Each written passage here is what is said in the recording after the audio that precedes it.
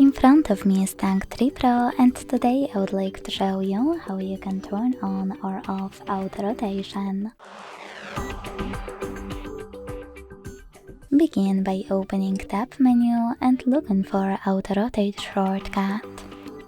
When you find it, click on it. As you can see, mine is green, which means that auto rotation is on. To switch it off, click on the same shortcut. You can also go into settings and scroll down to access display.